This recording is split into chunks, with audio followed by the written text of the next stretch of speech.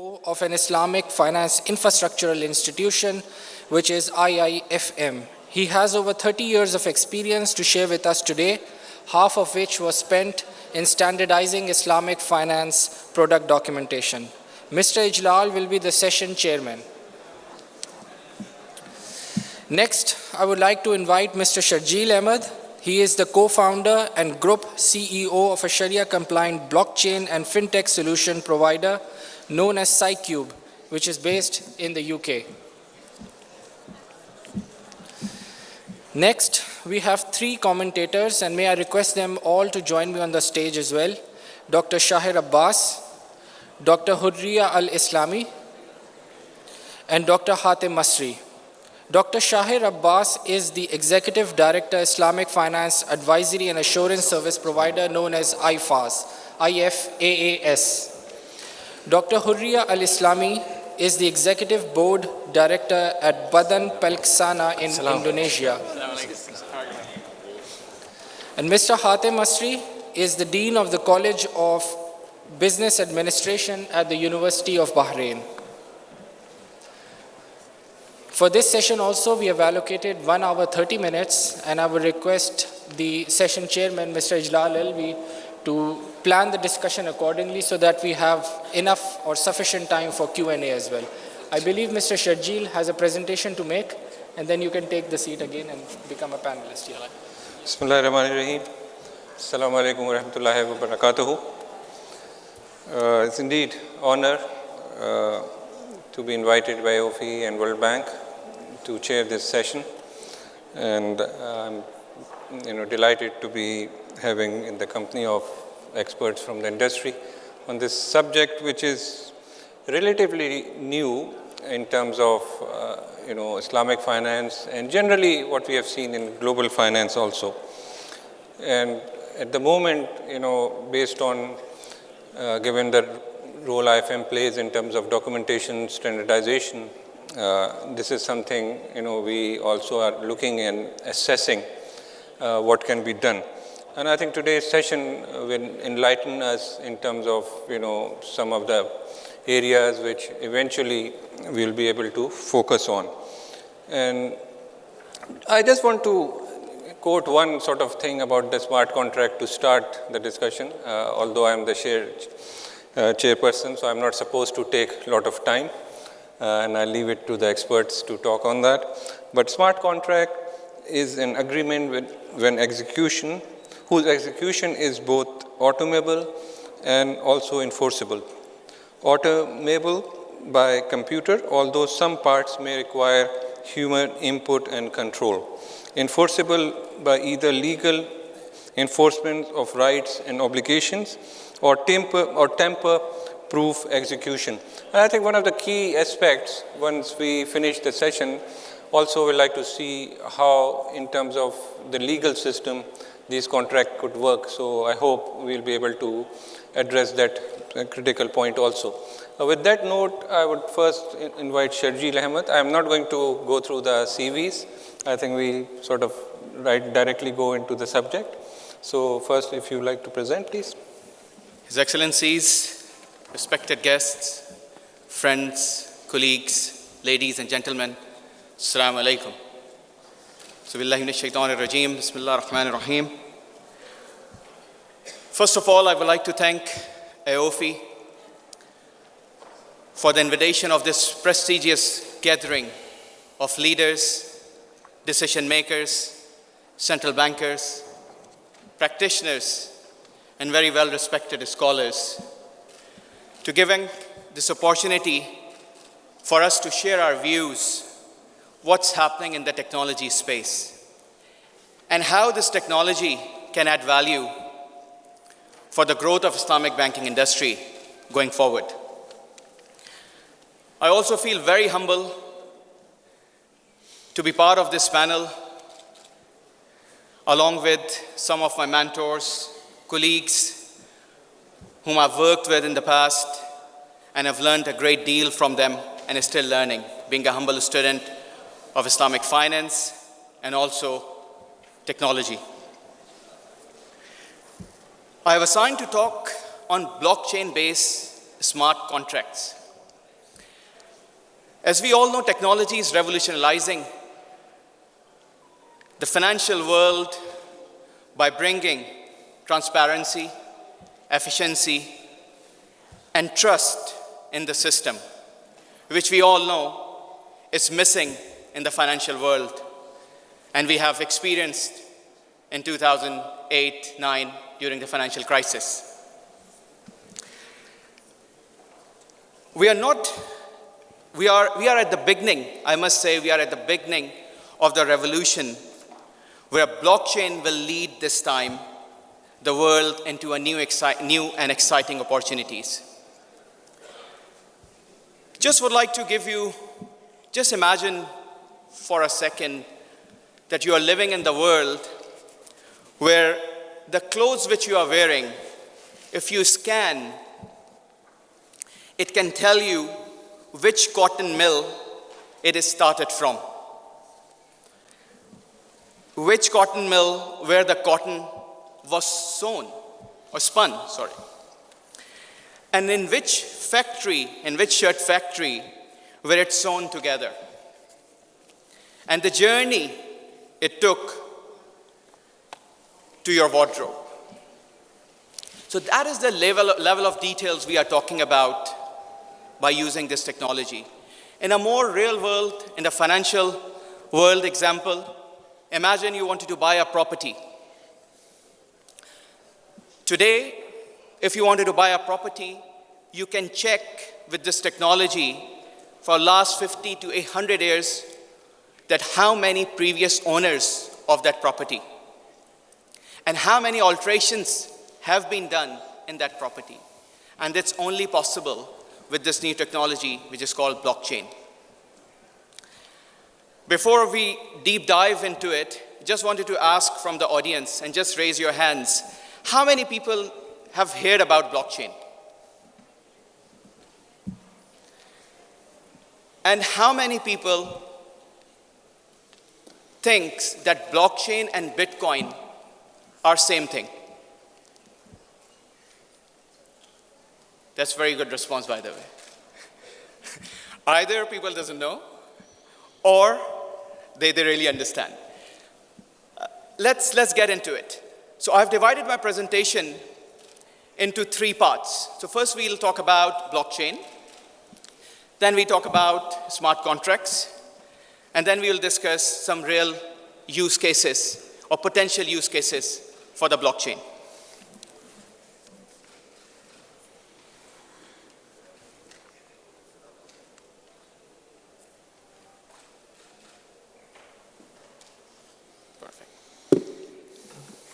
So let's get into it. What is blockchain?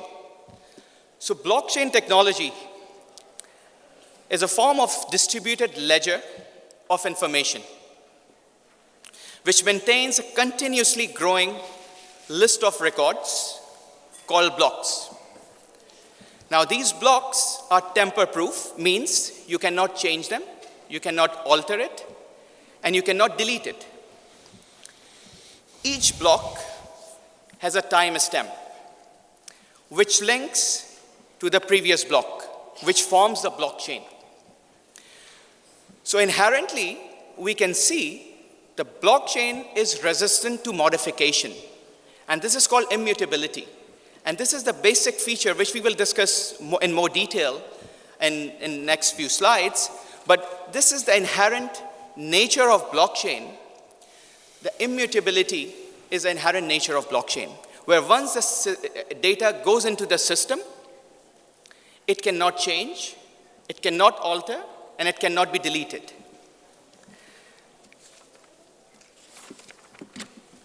Now see what's happening in the real world right now on blockchain.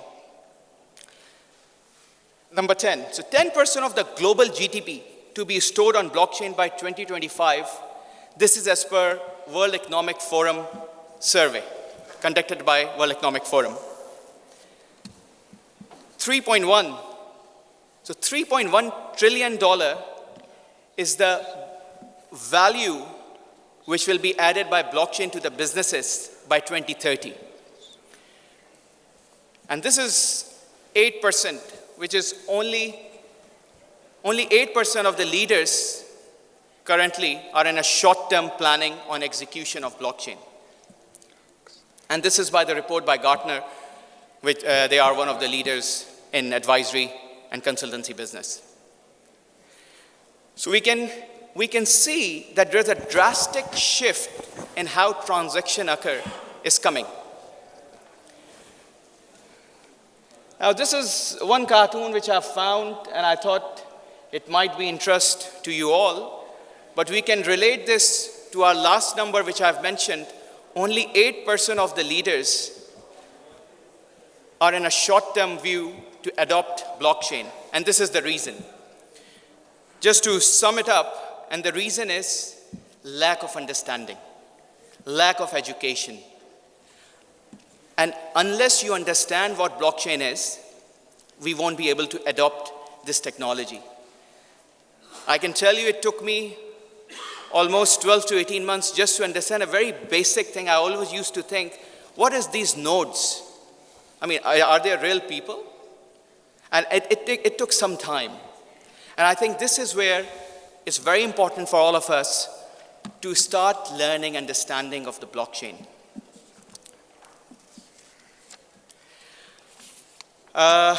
This slide we are going to talk about what is the business value and what are the characteristics of blockchain. Just one thing I would like to add here first. Blockchain is predicted to have a paradigm shift to businesses similar to what the internet had on communication. We have seen in last 20, 30 years, the whole thinking methodology, the communication methodology has been changed. Our generation, I think we have seen the telephones and the letters, but I think our kids, the next generation, they even don't know. For them, it's something alien. And this is where we can see the technology adoption in the form of blockchain will completely revolutionize the way we do things. So what are the benefits of blockchain? So rather than going to the list, let's imagine, let's think. Blockchain, as we mentioned in the definition, is a database, is a data. Just imagine there is a data. And you can only add into this data with a consensus. So all the stakeholders of this blockchain, they have to agree before data enter into the blockchain. And once it enters into the blockchain, it cannot be changed, altered, or deleted. And before data goes into the system, into the blockchain, it has to be validated. So this is called immutability. The immutability of the data is the backbone of the blockchain. The decentralized nature, as we know, is a decentralized structure. Decentralized nature of blockchain means all the stakeholders can see one data. There is not that every stakeholder is managing different data. There's only one set of data, and all the stakeholders have the same view, which means one view of the truth. So no one can say, I have a different data and you have the different data. There's a one view of the truth. There's another characteristic of blockchain is traceability. So as I mentioned, once the data goes into the system, it has to be a consensus mechanism. So there's a consent by the majority of the stakeholders, and then data goes into the system. And once data goes into the system, every block is linked to each other with a time stamp. It means after 10 years, you wanted to check on 2nd of November or on 3rd of November, you wanted to see at 2 o'clock, the data goes into the system. What was it? You can literally check within seconds. Why? Because it's traceable. Everything you are putting into the blockchain is stamped, is time stamped. And again, it's only a one view. Cost reduction. This is another factor. Characteristics of blockchain is disintermediation. So what blockchain is bringing, disintermediation, means reduction or reduce the dependency on third parties. So what blockchain is bringing, they are bringing issuers and investors, consumers and producers face to face. And I'll give you one example on disintermediation.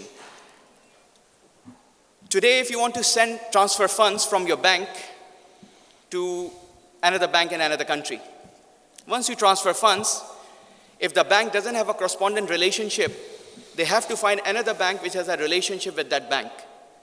And in this whole journey, most of the time it happens, 1, it takes time, 2, it is costly, and 3, when you call the banks, they don't know even where your money is. Now, how blockchain is solving this issue? As I said, just take one step back. As I mentioned previously, there's only one data. Imagine there's only one view of the data, and all the banks, they are the part of this blockchain. Now, if bank A wants to transfer funds to bank B, they can literally do it within no time. So you don't need correspondent bank in between.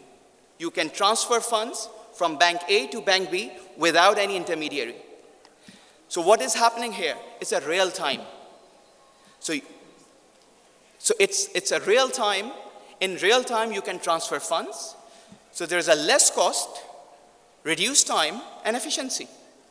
The process has become so efficient, transparent, reduced cost, and in no time. Security is another key feature of blockchain. All the data, once it goes into the blockchain, it's secured by cryptography. Means once the data goes into the system, that you can only use it for the purpose you have entered the data for. It's not that someone else can use your data for marketing or for any other purposes without your consent or without your permission, which is happening today.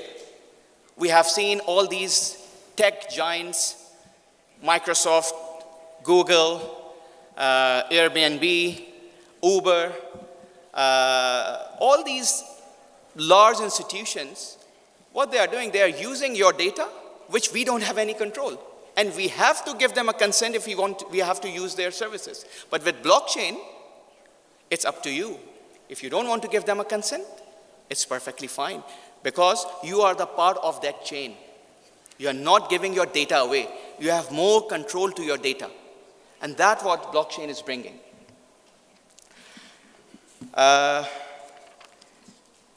Efficiency, which is bringing me to very nicely to our next slide, is smart contracts.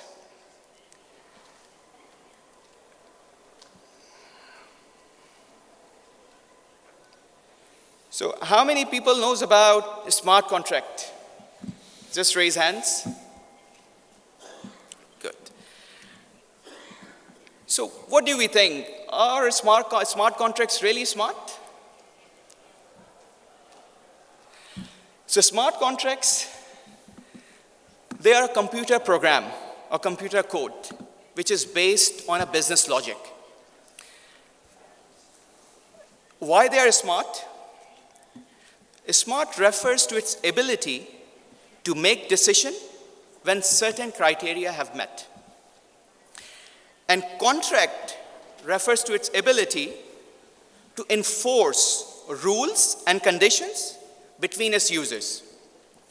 So that is the smart contracts, and it's all automated. So smart contracts are nothing but a programming code automatically executed when certain criteria is met. One of the simplest example I can give you of a smart contract in our real life is vending machines. When you go to a vending machine, if you want to buy a soft drink or any snacks, there is a value which says the cost and the number. So when you click on that machine, number 3 or number 4, And when you add the value, it gives you what you ask for. That is the simplest form of smart contract. In the banking world, smart contracts can be programmed.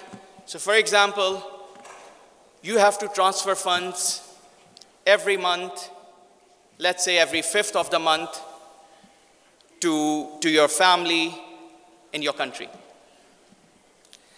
But the rule should be that once you receive your salary on the 1st or 2nd of the month, or end of the month, and once your account has a minimum balance, let's say £1,000, then only funds will be transferred. So this can be programmed into as a smart contract where once you receive the salary, it kicks in that yes, then the system will check whether you have the sufficient minimum balance which you have programmed for. And if that's clicked in, then automatically the funds will be transferred to the account details which has been saved. So that is the real example of a smart contracts which hopefully will be deployed at some point by the banks. 3 more minutes. Sorry, very, very quickly. Is a smart contract legally enforceable? Only legally enforceable when linked to a binding paper contract, and I'll cover very quickly now, already got the signal from the chairman. With prior agreement and consent of parties, a successfully executable smart contract can be fully enforceable, yes. I can give you very quickly example. So if we are using, for example, Master Murabaha agreement, and if we are digitizing the operational aspects of the Murabaha, then in that case, smart contract can be legally enforceable when linked to but it has to be a paper contract. Very quickly now, what are the benefits of the blockchain? First, what are the pain points in Islamic finance and how blockchain can address? Standardization, efficiency, complex structures. They are the point of discussion in every conference since the beginning of the Islamic finance. There are some interesting work has been done. There are efforts have been made. And I would like to take this opportunity to congratulate and to say that AAOIFI, IIFM, IFSB, IDB, they are doing a great work in this regard. Standards prepared by these institutions are playing an important role in harmonization and creation of a level playing field in the Islamic banking industry.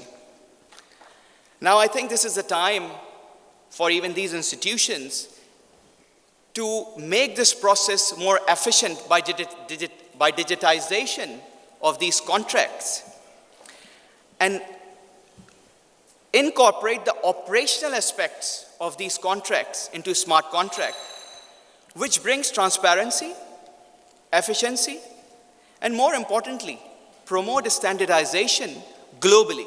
Imagine if we have a blockchain where all the IIFM, AAOIFI, IFSB contracts are standardized, they are on the system, all the operational aspects are built in on the, incorporated in the smart contracts.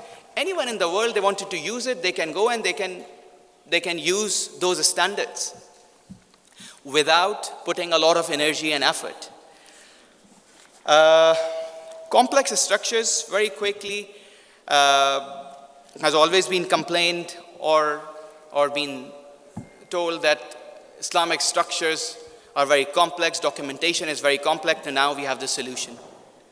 Master Murabaha agreement, I have mentioned before. Murabaha, 80% of the Islamic banking is instrument which we are using is Murabaha, predominantly for fund placements, for treasury deposits is Murabaha.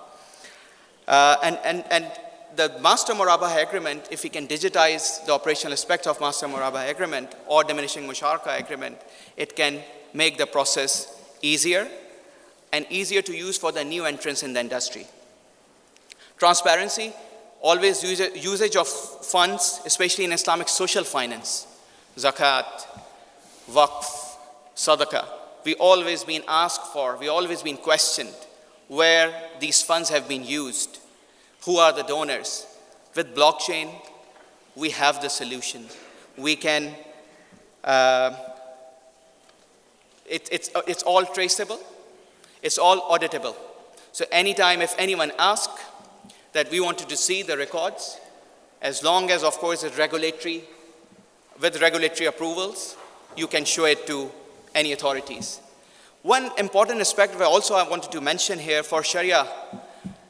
Now, for scholars have, with blockchain, now scholars can ask anytime from the banks, from the practitioners, that about the such and such transaction, show us that this transaction has been performed in a way which we have approved to. So that is the check and balance is there. The auditability is there, and that's what blockchain is bringing. So 2 more minutes. Okay. Just quickly, some of the use cases in Islamic finance. I just quickly go for takaful, smart health takaful, and how smart contracts can ease the process. Takaful is still yet to realize its full potential, and I think with blockchain, we may be able to make the process quicker. When policyholders, when they contribute for their contributions in takaful, so that whole model can be digitized. So they can send their contributions. Once this contribution has been received into a pool of funds, that pool of funds has already been programmed in a smart contract to invest into a certain number of Sharia funds, and that can be done straight away without any human intervention. In case of any claim, in case of any incident, documentation can be shared again online, on the blockchain. For example, prescriptions, hospital bills, it can be uploaded, and it all digitized and using smart contracts, process of claim and dispense automatically benefits to the parties. Half a minute, huh? I think we need to have some interaction with the audience. Just in that case, let's go quickly to the adoption and acceleration. What needs to be done to accelerate the process and adoption of blockchain? Regulation, I think regulatory support is very important for the development of blockchain. Regulators need to start taking an interest. Support from government, global Islamic organizations need to support the growth and provide platforms. Expertise, we need to build expertise jointly, not only for Sharia, but also for technology expertise. We need to invest more in training, research and development, which is always we lag behind. And I think we need to do more very focused Sharia compliant, fintech, blockchain, research and development investments we need to do. Awareness is important. Awareness not only to make people aware, but also for technologists, people who are developing these systems. We need to encourage them to build more systems for Sharia compliant instruments. I just would like to thanks everyone for listening. I hope it's useful. Just quickly to talk about very few seconds for SciCube. SciCube is a technology company based out of London in very humble capacity, being an investment banker, but taking a sabbatical from the industry to bring more innovation to the industry using technology and blockchain. Inshallah. Thank you very much for listening. and looking forward to hearing questions and answers. Thank you. Thank you, Brother Sharjeel. We will have another presentation by Dr. Huria, who I think many of us know. We'll try to keep it for 15 minutes. I gave him a little more, but I think we have Dr. Hatem also and Dr. Abbas as well. Bismillahirrahmanirrahim. Assalamualaikum warahmatullahi wabarakatuh. And good afternoon, ladies and gentlemen. Alhamdulillah, nahmaduhu wa nasta'inuhu wa nastaghfiruh wa na'udzu billahi min sururi anfusina wa min sayyiati a'malina may yahdihillahu fala mudhillalah wa may yudlil fala hadiyalah. Wassalatu wassalamu ala asrofil anbiya'i wal mursalin wa ala alihi wa sahbihi wa man tabi'ahu bi ihsan ila yaumiddin. Amma ba'du. I'm so glad that I was not the first speaker, because while my paper talk about challenges, I think the biggest challenge I'm facing now is to make sure the audience is awake during my presentation after such heavy lunch.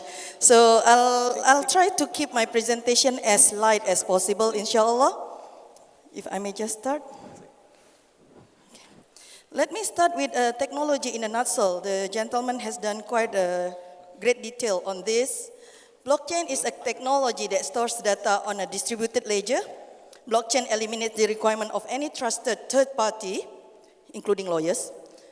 By the way, I'm a lawyer by profession. Smart contracts are one of the most successful applications of the blockchain technology, and Ethereum is the most popular blockchain platform for creating smart contract. Now let's take a look at smart contract. Why the name smart contract?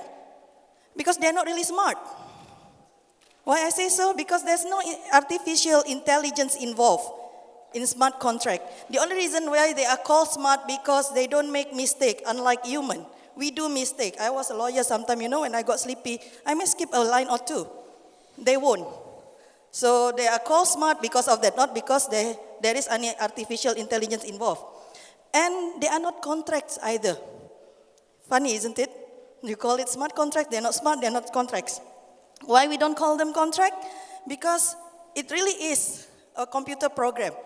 It's not a contract in classical concept of a contract. Let me give an example. If a bank will utilize smart contract as a part of their approval procedure, you see, in the normal circumstances, someone will have to bring paper.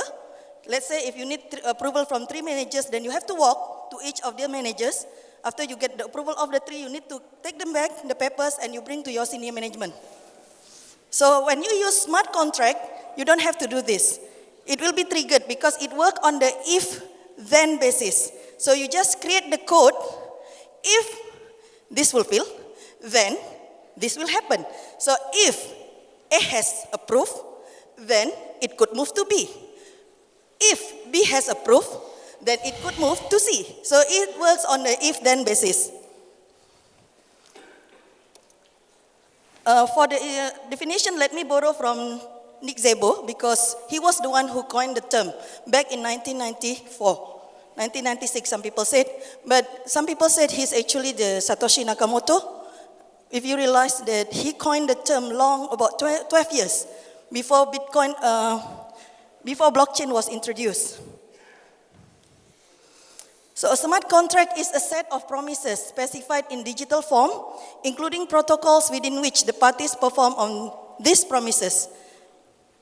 But the key word here really is computer and network security also can contribute greatly to making smart contracts self-enforcing.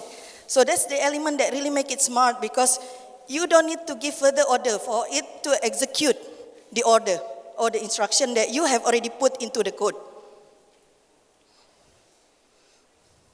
And let me just share a little bit the 4 basic objective that Nick Szabo said are the objective of the contract design.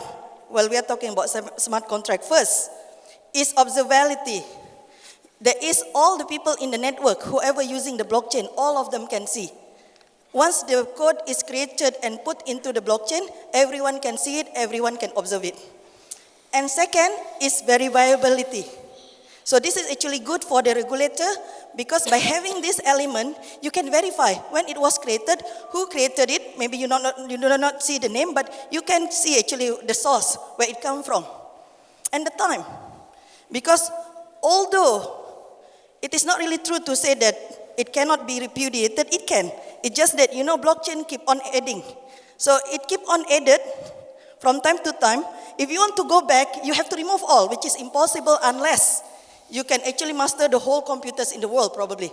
So that's why they call it immutable. It is almost impossible for you to actually reverse it. And the third objective is, these two are very important. The third is privity. The fourth is enforceability. Why I said privity is important? Because this could be one of the issues that later on our Suyu would like to take a look at it. Why? Because the whole idea about smart contract is that you do not need to know with whom you are contracting. But there's a problem with Sharia. Not the problem with Sharia. I mean, there's a problem when you do this because you don't know whether you are contracting with another robot. I could be selling a watch to a person whom I think an adult, but she could be a 9-year-old lady or 9-year-old girl in Kuala Lumpur who has access to his father's wallet, in which case my transaction may not be valid. So this is the idea of privity is good because, it gives the assurance that irrespective of who you are, you can transact using the smart contract, but at the same time, it is difficult for us to verify whether or not this person is genuine, whether or not it's a person, whether or not it's a robot. And of course, enforceability. This is what differentiates smart contract from any other type of contract, including those performed on electronic commerce. Because the code has been created in such a way, you just put the if, and then when all the criteria are met, it will execute by itself. Doesn't need any further instruction. So it really is a piece of code that allows decentralized automation by facilitating, verifying, and enforcing the condition of an underlying agreement.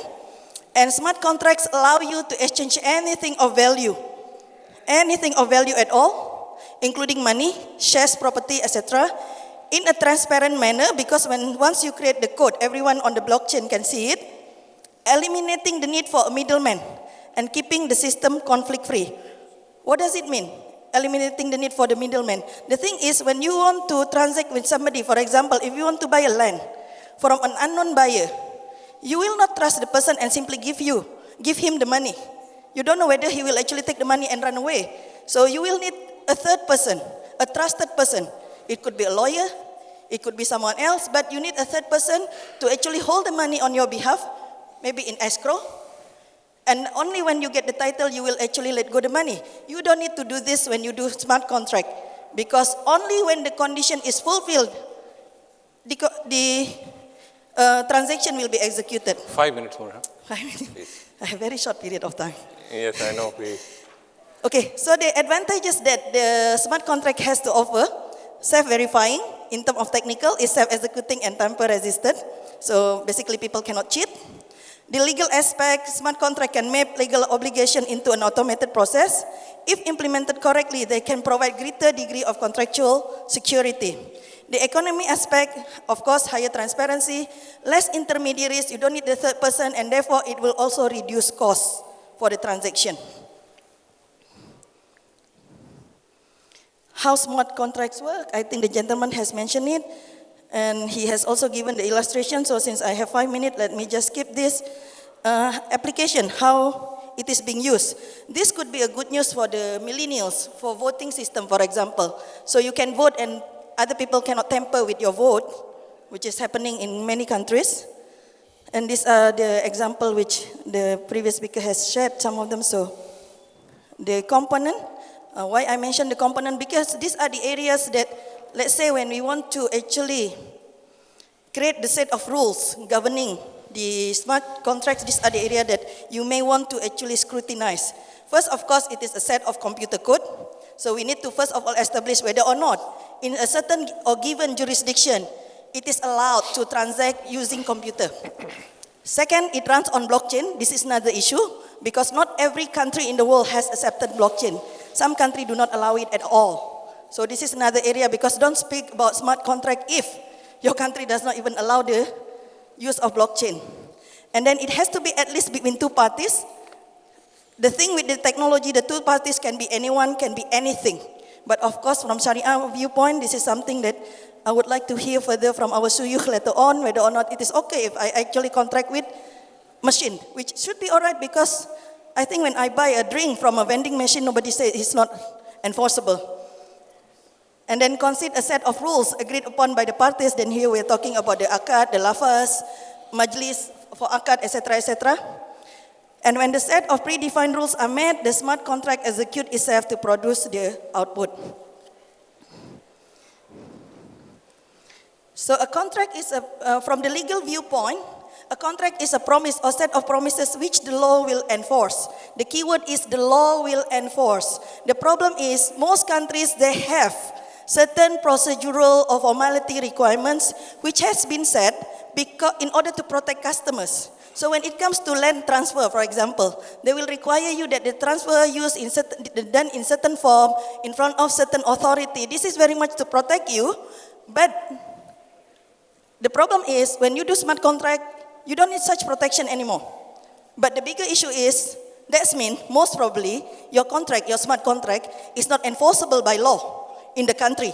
So this is something that you need to look at. The regulator will need to look at.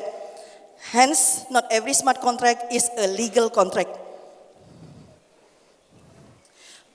Even though, if the countries are actually signatory to UNCITRAL model for EC and the UNCITRAL model law on electronic transferable records, which is quite new, basically, based on this, it has been agreed between the parties, just because it is in electronic form, just because it is run on certain electronic medium, it does not deny the legal effect. But just because the way how it is done is legal doesn't mean that the contract itself is legal if certain requirements are not met, and most requirements are usually involve the need of a third party. This is the area that we need to actually take a look and analyze. From the Sharia viewpoint, of course, Ya ayyuhallazina amanu awfu bil uqud. It's embarrassing to say this. I see all the SUU here. They know this better than I do. With the limited understanding that I have as a lawyer, I would like to propose that from the legal and Sharia viewpoint, smart contract should original rule for it should be halal. Why? Because al-aslu fil asya al-ibaha, al-aslu fil mu'amala al-ibaha, hatta yaludul dalil al-tahrim. And there has been no specific injunction that prohibit it. But in order to determine each transaction, whether it is halal or not, of course, you need to analyze, you need to scrutinize, you need to actually see each of the element. You need to see who are the contracting parties. Are they meeting the condition as per the Sharia ruling?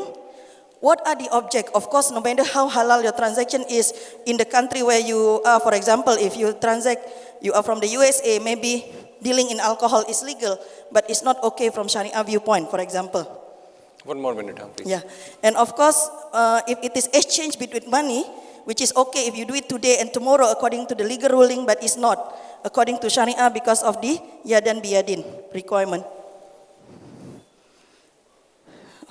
And this is because it has been specified wherever Allah has declared lawful in His book is lawful. Basically, well, do not say something prohibited unless it is. So what are the challenges? In terms of regulatory, we have restriction. We have, for example, in certain jurisdiction, if you deal with land, you have to meet certain requirement in terms of stamping, in terms of paperwork, etc., which most probably will turn your smart contract not enforceable by law in that country. And also we have the problem of ever over-regulated areas or prohibition on certain aspect of fintech. We have several countries who do not allow cryptocurrencies, for example, and we have some countries who try to actually regulate cryptocurrencies for so many aspects. They take it as commodities, they take it as currency. Dr. Oria, if I may suggest that some of the point we keep it for our expert to also comment. So Okay. if you quickly please move, I think we'll be better off to have some Then we have variants of practice or customary acceptance, the definition whether what you do is acceptable or not. In certain jurisdiction, it may vary from one country to the other.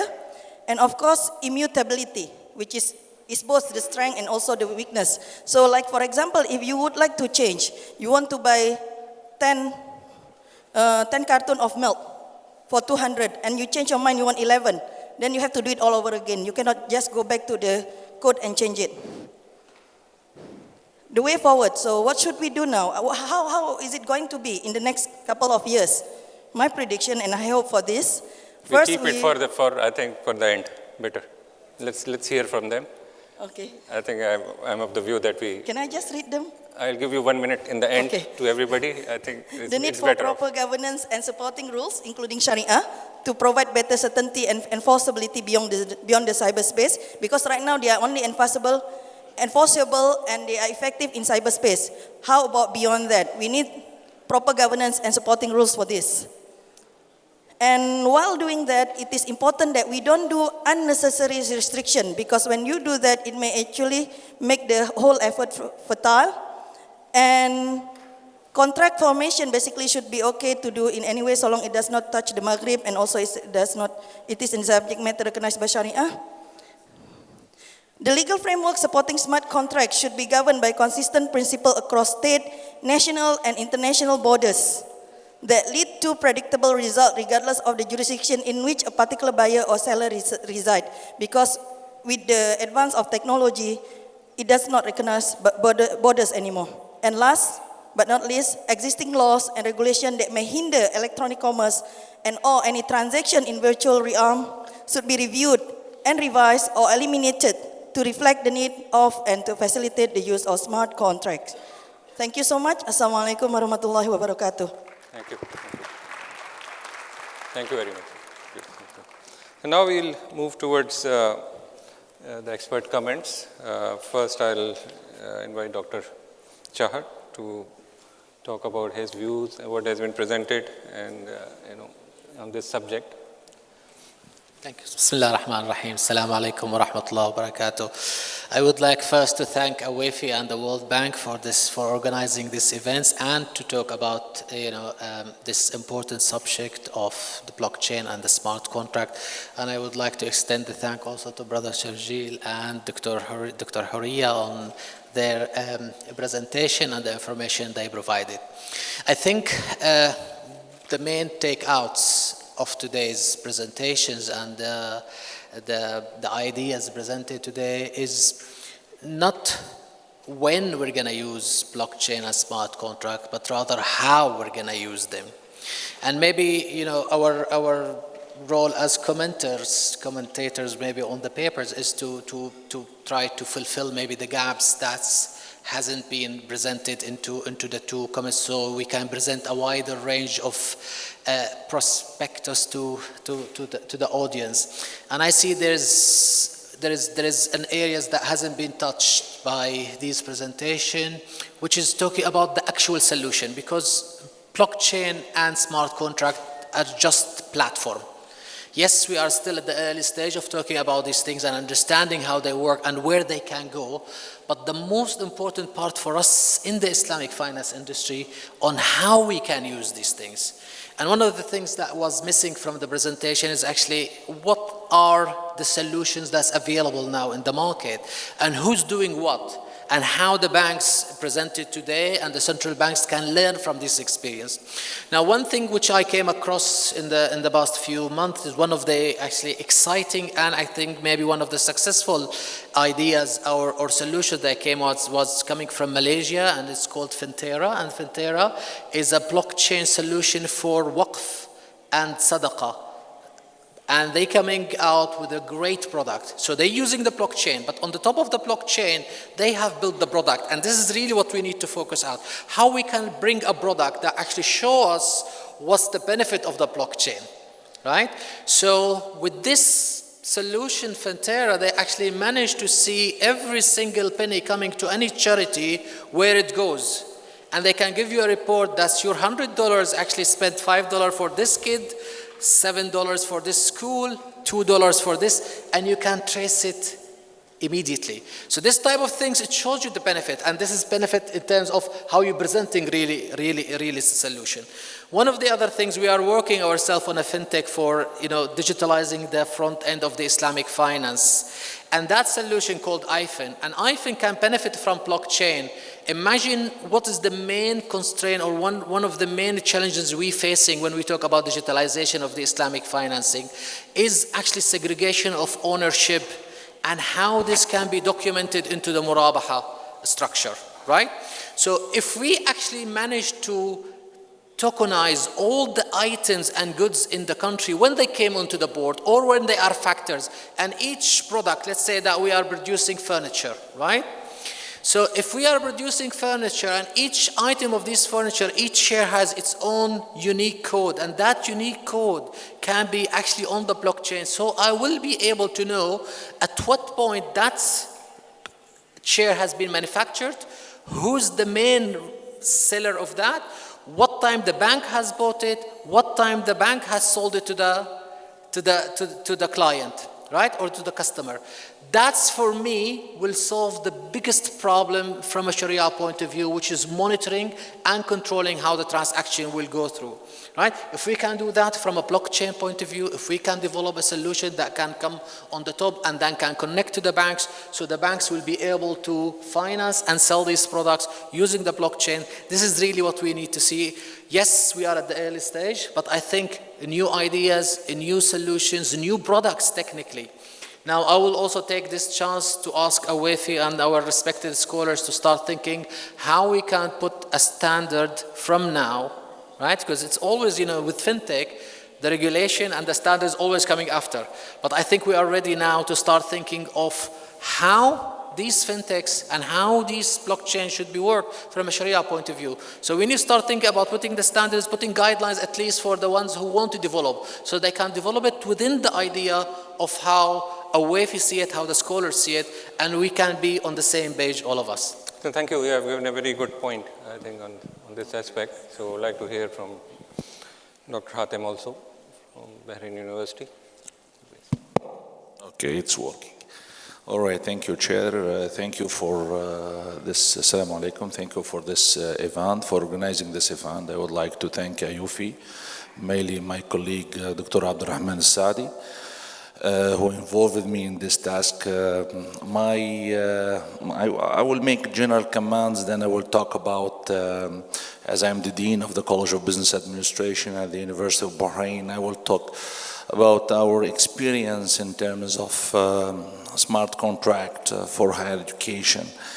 First of all, I thank you, the two presenters. They did nice presentations and they give a nice idea about what is blockchain and what are the challenges coming and what are the benefits mainly of using this technology. And I agree with my colleague telling that we should know exactly how we can use this platform of blockchain, of certification, etc., in order that we can properly use it to solve our problems. But there is challenges, general challenges, and these challenges, they may come to also to Sharia. First of all, from a user perspective, I think that not all of us, we are used to computer science and we can discuss the language of computers. Do you have, please raise your hand if you have computer science knowledge. Good, that's usually the answer, all right? Then we need to talk the language of computers, because as they mentioned by the governor of the central bank, in the future, those who will rule the world are, for example, lawyers who can code the contracts in computer language. And unfortunately, at least at the University of Bahrain, we don't have a minor and we don't offer computer science courses to this future people who will write our smart or who will be involved in our smart contract. Then that's one.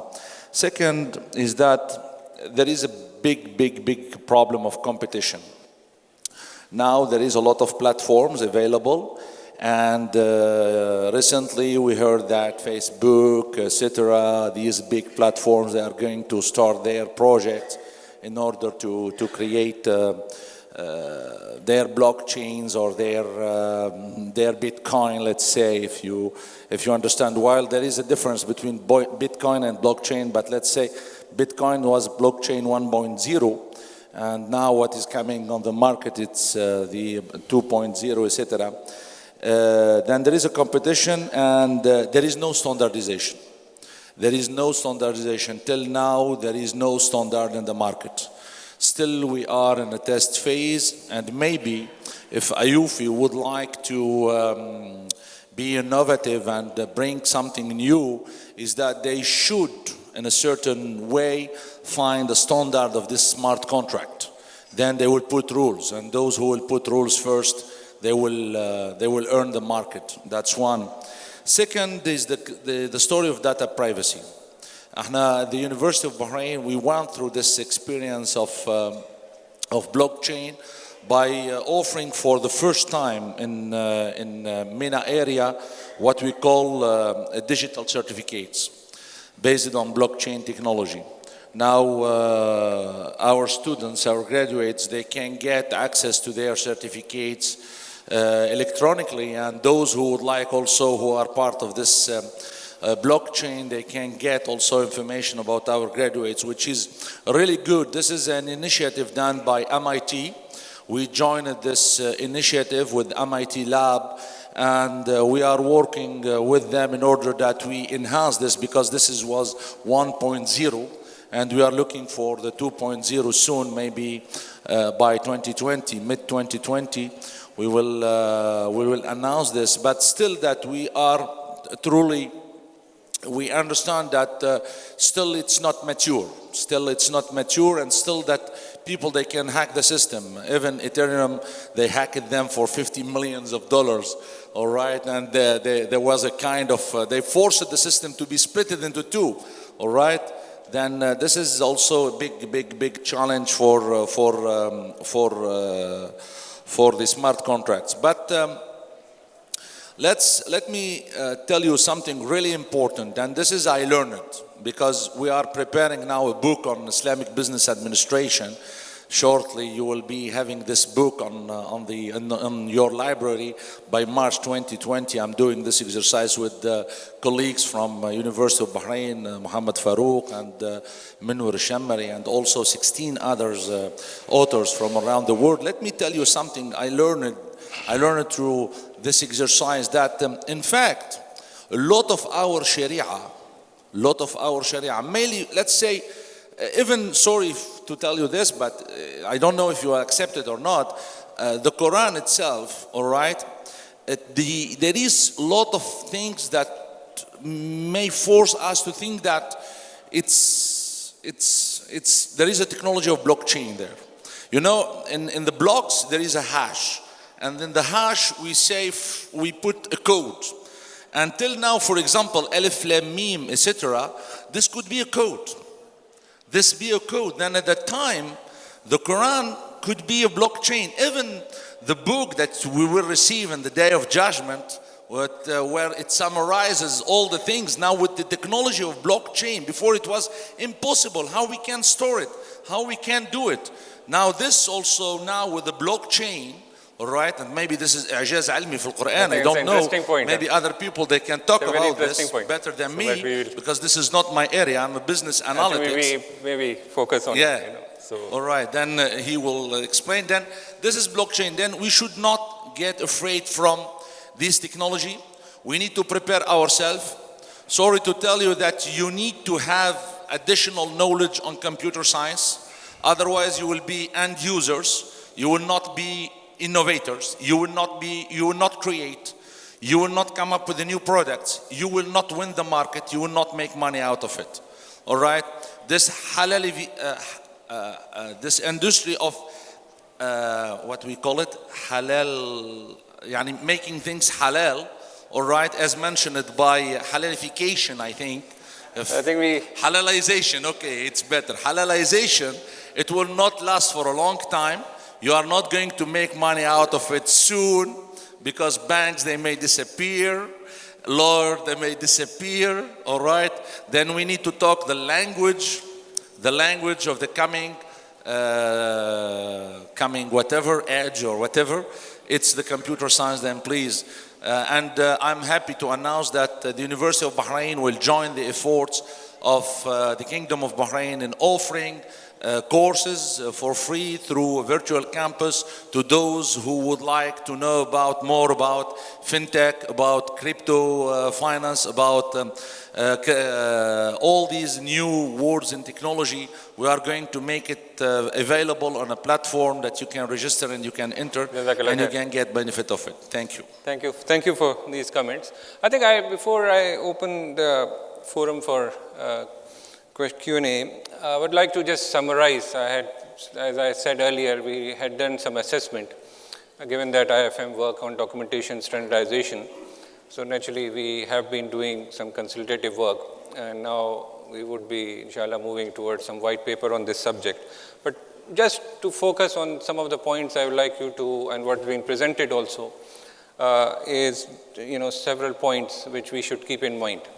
One is smart contracts are automated tasks. So these are tasks within your contract. So there's some tasks which can be automated, whether you have a ijara contract, whether you have a trade finance, or other liquidity management. There are some tasks which can be automated. There could be some triggers in the agreements when we do, which can lead to basically termination of the agreements. These kind of things can be also automated. Sometime you will not know, if that's, let's say, a cross default has happened. So these are the tasks which you can operate, which you basically can take out from the whole contract itself and make it, the smart. You use generally a software code for these purposes. They, of course, as mentioned, make the process more efficient, faster, improve performance. These are all mentioned. They work well with distributed ledger, which was mentioned. So I think that is what the industry is now moving towards the distributed ledger and the blockchain, which is happening. You can work on some other technologies also in this regard. But one thing we should keep in mind, when you are doing contract, not all of a contract needs to be automated. So let's say if you have a ijara contract, or there are certain elements which can be basically, which can be operationally, some calculation are there, but not the entire contract you will be able to make it smart contract. So I think this sort of thing which we have to keep in mind when we are developing. And this area is something which is not really even in the global financial system, is still being worked out. It's still, like Dr. Huria mentioned about the legal side, how the code, these things will be taken into account. So these are all the things which, when we move forward, we need to sort of keep in mind. So these were some of my observation while listening. I thought I will just share with you on these points. So with that, I would like to now open the forum for any question you have. I know Dr. Arbuna, mashallah, would like to ask a question, so please. Sheikh, your question is not very difficult, but we have experts, so no problem. Okay, thank you very much for giving me the first chance. I think we had one question first here, if okay. I can, please.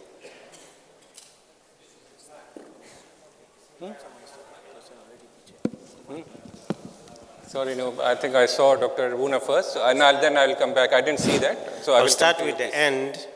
It doesn't need to cite Quran to establish that blockchain is acceptable or is there.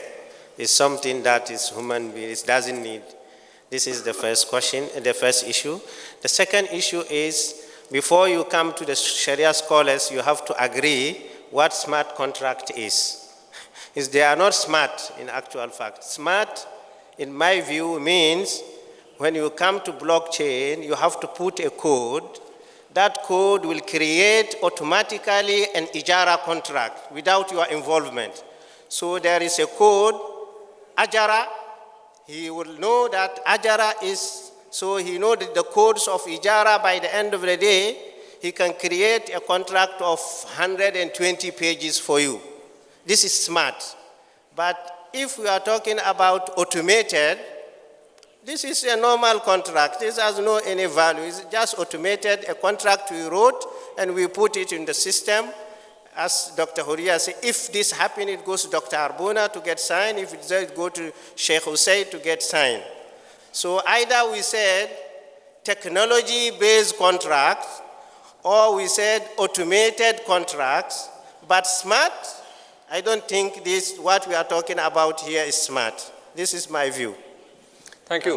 I think I will also give it to you also chance, but there are two elements, Sheikh Arbuna. One element is basically a digitization which you mentioned. And the other element is within the contract. Let's say we have, I can recall one contract, profit rate swap. You have certain calculations there, right? So those calculations basically you can make it into, those calculations into smart contract. That's generally what has been now developed. That is what it is called. So those are, you codify those things, right? So you are very right, but these are digitization and codification. So maybe you can also elaborate. I think the question, again, is how we're going to use it.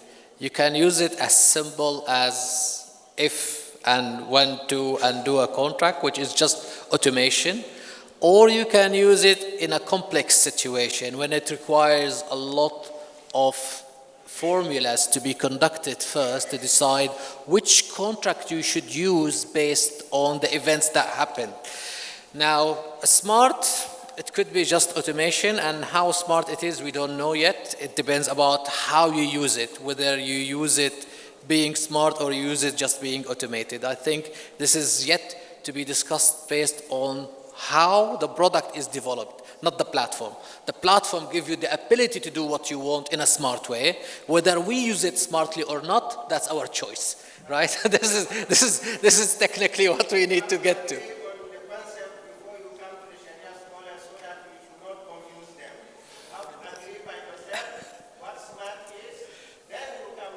I don't think we can do it on our own.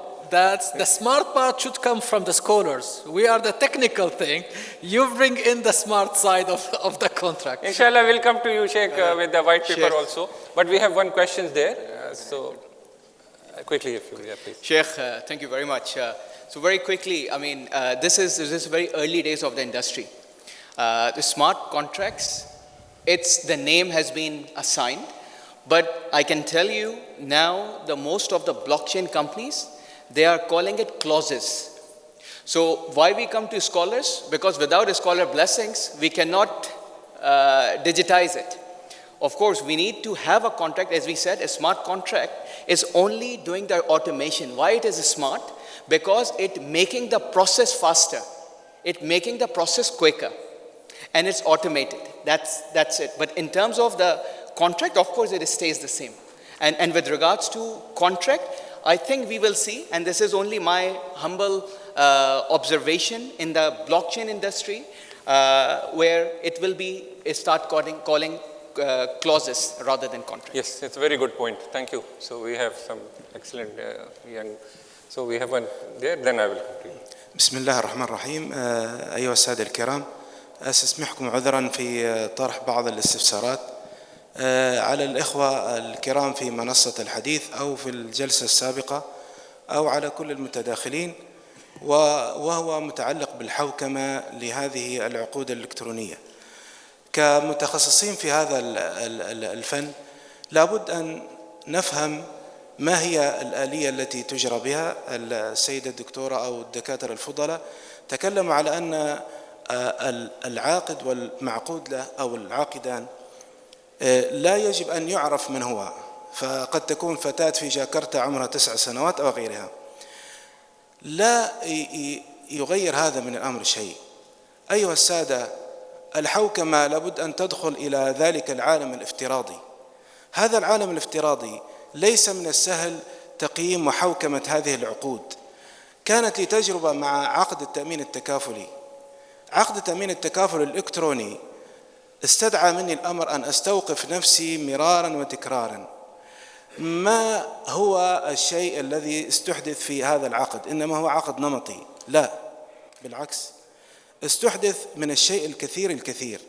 هذه العقود الافتراضية أيها السادة الكرام يجب علينا التأني في إجرائها، ليس كما تحدث السيد الفاضل شارجل، وليس كما تحدث الدكتورة حرية، وليس كما تحدث الدكتور الفاضل شاهر.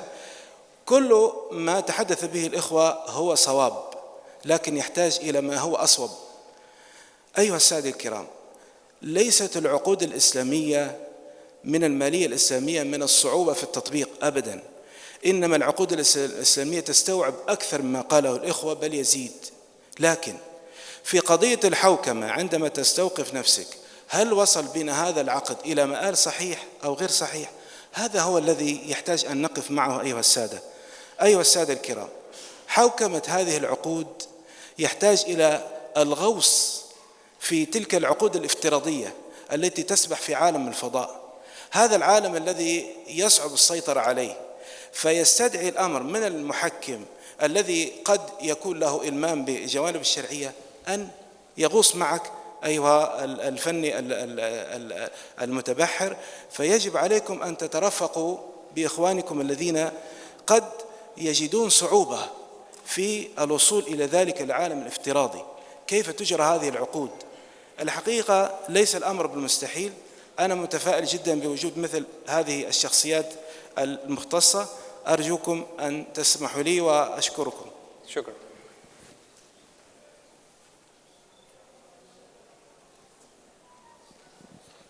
شكرا للسائل على هذا. طبعا راح اجاوبك بالعربي مشان تقدر تفهم مننا مباشرة على الموضوع. طبعا احنا من ناحية العقود والتعاقد الشرعي في اركان للعقد، تمام؟ الاركان العقد اذا كانت موجودة في السمارت كونتراكت فالمفروض ان يكون التعاقد سليما وصحيحا، تمام؟ نحن عندما ننتقل من الكونتراكت أو العقد الطبيعي الورقي أو الشفوي لعقد تقني، لا نغير في طبيعة العقد وماهية العقد، لكن نغير في طبيعة القبول والإيجاب وكيفية إتمام هذه العملية. نحن نعرف من الناحية الشرعية أنك أنت ممكن أن تكون العقد لفظي، تمام؟ أو ممكن أن يكون عقد إيمائي حتى من دون ما يكون في لفظ. يعني أنا لما أروح على سوبر ماركت مثلا وأشتري أي شيء، أنا مجرد أني أخذت علبة الحليب من الرف من السوبر ماركت ودفعت عليها في السوبر ماركت، لم أقل ولا كلمة، لكن الإيحاء طبيعة العقد نفسه تم. أنا اشتريت ودفعت ولم أتكلم أعرض عليك هذا أو أنا أريد أن أشتري هذه السلعة، فيتم العقد حتى لو لم تتكلم فيه من ناحية الإيحاء. وهذا الشيء يعني هذه شغلات معروفة في الفقه والشيوخ وضعوا هذه الأسس لكل أنواع العقود. اللي احنا نقوم في تطبيقه الآن كيف أن نقوم بعملية العقد بعد أن تتم إتمام أو التأكد من وجود كافة المؤهلات للعقد من الناحية التقنية وإتمام العملية بطريقة سليمة. الحوكمة لهذه العقود مهم جدا، وهذا اللي كنا نحكي فيه احنا أولا، أنه نحن كتقنيين نريد أن نرى الشروط الشرعية التي يجب توافرها في هذه العقود لتكون صحيحة عندما تطبق على البلوك تشين، وهذا الذي نحن نريده. مثلا هل أنا من الناحية الشرعية يجوز لي أن أبيع سيارة كبنك أشتريها من وكالة السيارات وأبيعها للعميل وهي غير موجودة في معرض السيارات وهي بعدها مثلا موجودة في الطريق مثلا في الشحن؟ هذه الشغلات التي احنا نريد أن نعرفها الآن. هل يجوز أن يتم هذا الموضوع؟ هل يجوز أن يتم من دون اللي هي الحيازة الاسمية حتى، وكيفية نوعية هذه الحيازة الاسمية؟ Thank you for a very detailed explanation. Unless you want to add something.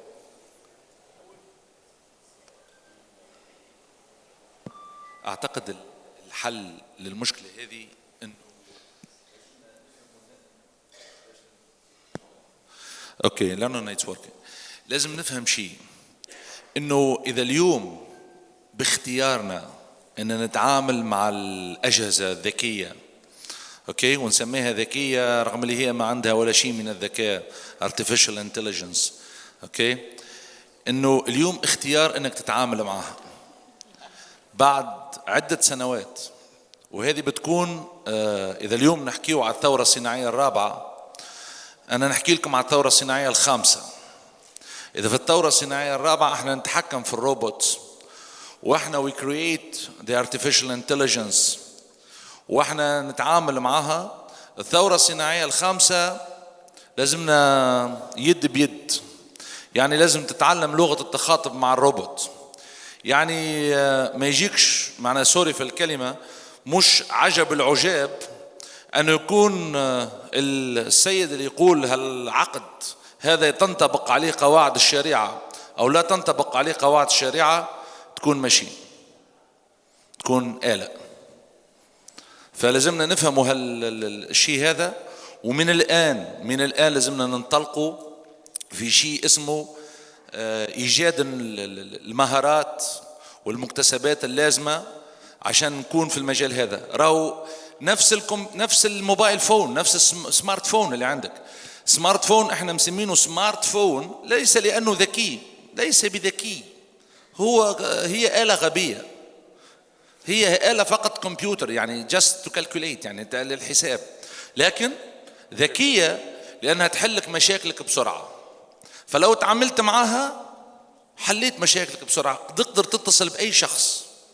أوكي، لو ما فهمت اللانجوج مالها وما تعاملت معها خلاص بترسل حمام زاجل عشان يوصل الرسالة مالك. وهذا هو الفرق ما بين قبل وما بين الثورة الصناعية الخامسة اللي بتكون معنا في القريب يعني في القريب العاجل. Thank you. So we have one last, I think we already probably running out of time. So.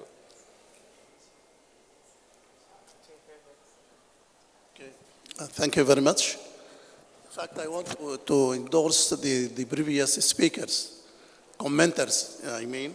First, to thank the presenters, and I want to endorse the viewpoint of the commenters that the smart technology which have been mentioned here is not something very relative to Islamic finance, and which has to address the high objectives of the Sharia, as we have it have been mentioned in the first session. It is it is natural and essential and ultimate that the Islamic finance have to cater for the IT. But as I said, that to develop the objective of the Sharia. What have been said is more relevant to electronic trade. Contracts are developing. We don't have time, so if you have a question, so please, if you can just mention, because we are running out of time, so I apologize for my intervention. No chances for comment, only questions. I think that there is chances for comment. I'm sorry. If you keep it short, then. Okay. Thank you very much. Just short, please. Yes.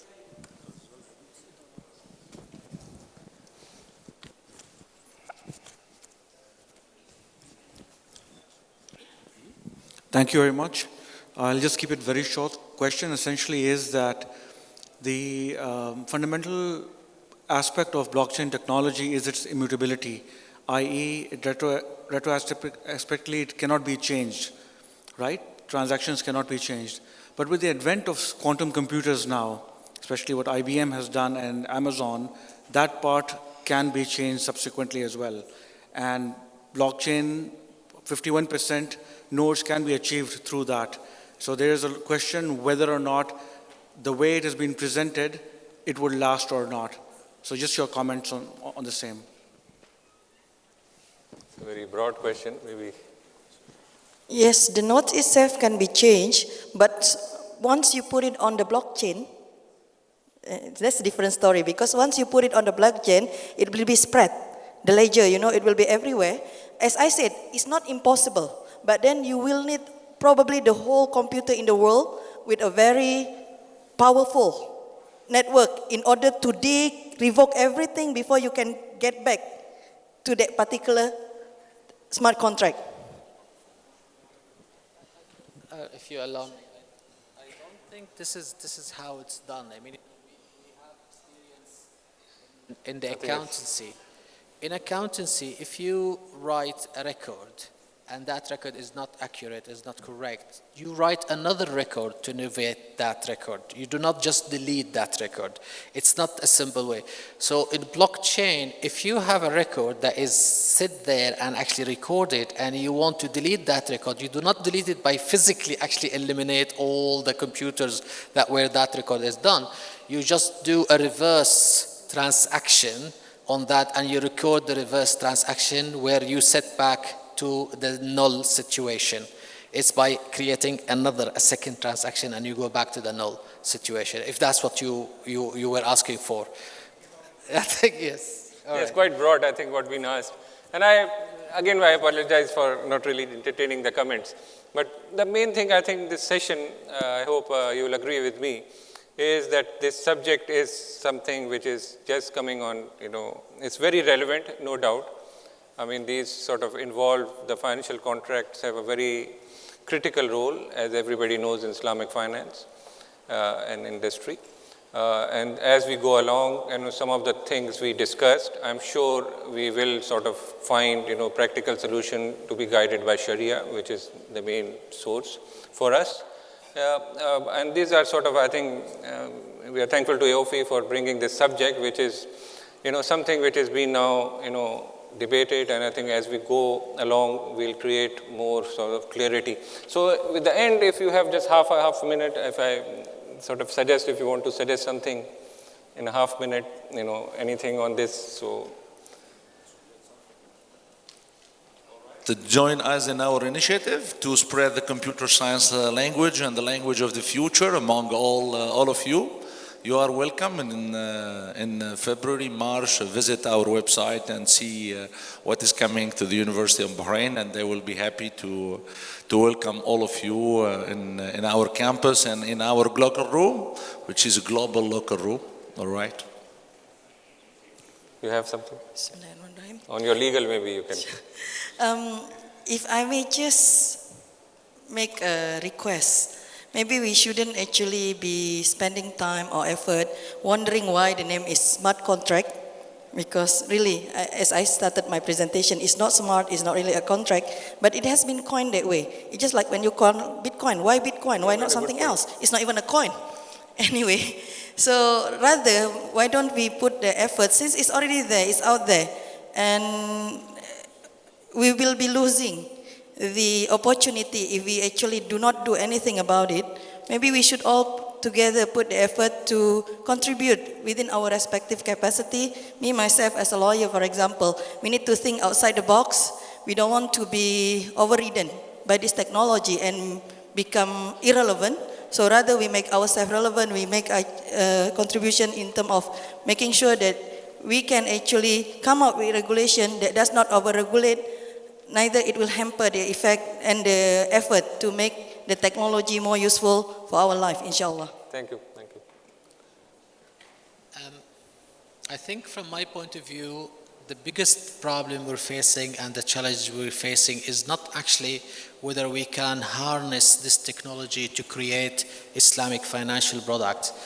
It's whether we actually able to change the mindset of the bankers, the central banks, the regulators, and even the scholars to open their mind for new ideas, for a new way, for the new digital era that we're coming in. And this is coming whether we like it or not. It's going to happen. Whether we take a chance to be with the flow or just left behind like always. It's an opportunity for us now as an Islamic finance industry to close the gap between us and the conventional. And it's up to our hands. The race is starting today. And it's not like always we say Islamic bank or conventional bank 300 years older than us. It's no longer the case. We can do that and we can do it now. It's up to us. Shukran. Jazakallah. Jazakallah. I just wanted to add, blockchain benefits are not technology-led. So just take blockchain is a family. Blockchain is a consortium where all the stakeholders have equally contribute, and once we contributed, only on that basis that blockchain will be built. So as I mentioned in my presentation as well, with the consent of all the stakeholders. So tomorrow, I mean, as Sheikh Arbona has mentioned about the Sharia scholars, so we need equal contribution from Sharia scholars, equal contribution from bankers, from lawyers, all the stakeholders, we need equal contribution, and then the blockchain can be built. So successful implementation of the blockchain is dependent on the stakeholders and the consortium, not on the technology. So industry has to drive it, so that's the message. So thank you very much indeed. Assalamu alaikum wa rahmatullahi wa barakatuh.